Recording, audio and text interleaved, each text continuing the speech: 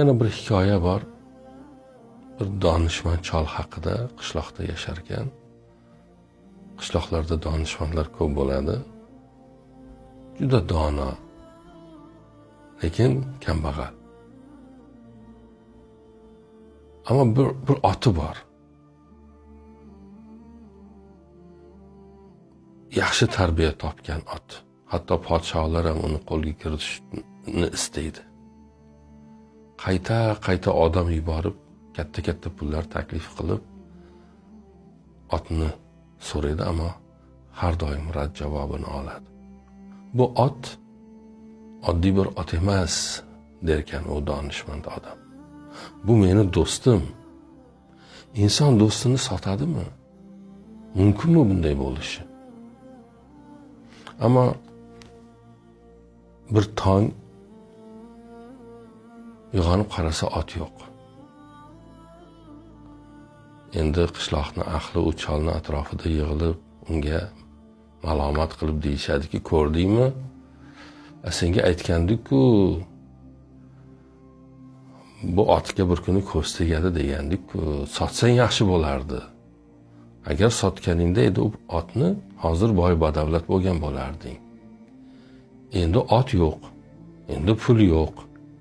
Nima qilasan endi deganda boyagi donishmand chol juda xotirjam, astag'firulloh deydi.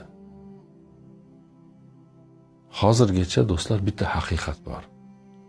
Ot yo'q. Uni kimdir o'g'irladimi, yo yo'qoldimi, yo yo'lini yo'qotdimi, yo bir sayrga chiqib ketdimi, buni biz bilmaymiz. Bu sinovmi? Bu bir bizga yomonlikmi? Bu bizga bir yaxshilikmi? Buni bizga vaqt ko'rsatadi. Hali bir hukm chiqarishga erta. Ammo bir haqiqat bor. Ot yo'qoldi.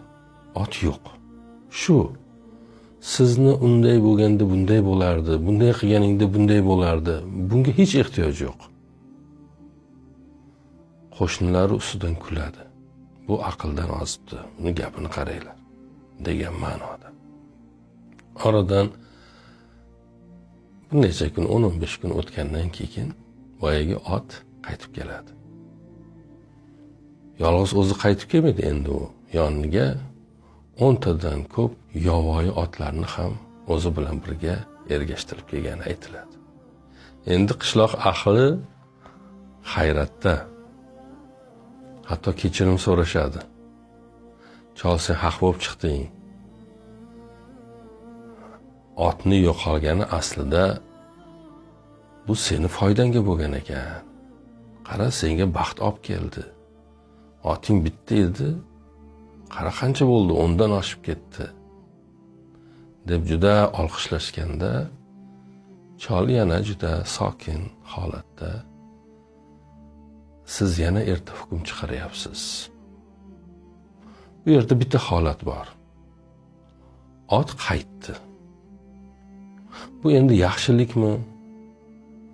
Bu bir yomonlikmi? Bu bir sinovmi? Buni biz bilmaymiz. Buni faqat vaqt ko'rsatadi. Yana oradan kunlar o'tadi. Cholni yagona bir o'g'li bor. Endi u o'g'li boyagi o'g'li oti olib kelgan, o'zi bilan qo'shib olib kelgan yovvoyi otlarni mingi deydi, mingi qilishga o'rgatgan, ya'ni qo'lga o'rgatib, ustiga chiqib minishga nima qilganda boyagi otlarni biri uni ustidan otib yuboradi. Yerga qattiq tushib oyog'i sinadi. Yana qishloq ahli to'planib keladi. Ey chol, qara, yana haq bo'lib chiqding. Bu otni kelishi xayr emas ekan senga. O'g'lingni oyog'ini sindirdi bular. Endi bu yakka-yu yolg'iz o'g'ling seni boqolmaydi, senga qaramaydi. Bu otlar baxt emas, balo bo'lib ketdi senga. O'sha gaping to'g'ri ekan deganda bu chol endi yana jilmayib, siz yana o'sha xatoni qilyapsiz do'stlar. Bu yerda haqiqat shu. o'g'limning oyog'i sindi. Bor gap shu. Qolgan gaplar faqat taxminlar, farazlar. Yaxshimi, yomonmi, menga bir sinovmi, umi, buni bilmaymiz. Haqiqat shu, o'g'limning oyog'i sindi. Oradan yana bir qancha hafta o'tgandan keyin u mamlakat urushga kiradi. Podshoh barcha boyagi bilagida kuchi bor yosh yigitlarni askarga chaqiradi. U qishloqdagi bo'z yigitlarning hammasi askarga ketadi. Faqat cholning o'sha oyog'i singan, nogiron bo'lib qolgan o'g'li uyda qoladi. Qishloqda motam.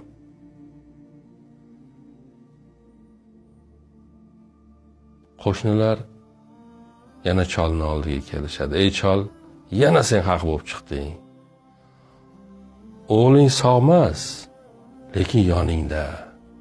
Biznikilar esa urushga ketdi, deb cholni maqtab, o'zlarini johillikda ayblab, ko'z yosh to'kib turganda bolalarini o'ylab, chol yana javob beradi.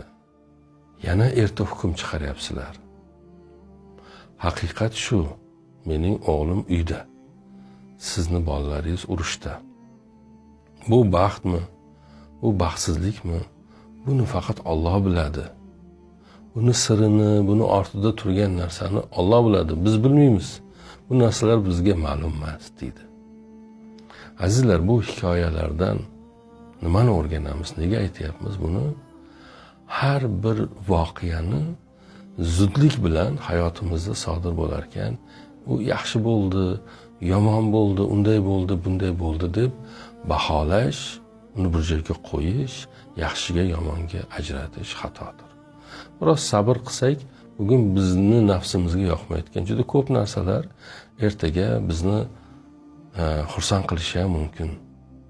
Bir paytlar, mana shu bo'lmasa yashamayman, hayotimda shu narsa bo'lmasa unday bo'lib ketaman, bunday bo'lib ketaman deb fuqonimiz falakka chiqib yotgan narsalarni o'ylaylik. Ular bizni hayotimizda bo'lmadi va hatto shunday holatlar bor. Bugun o'sha narsalar bizni hayotimizda sodir bo'lmagani uchun xursand bo'lib qo'yamiz gohida.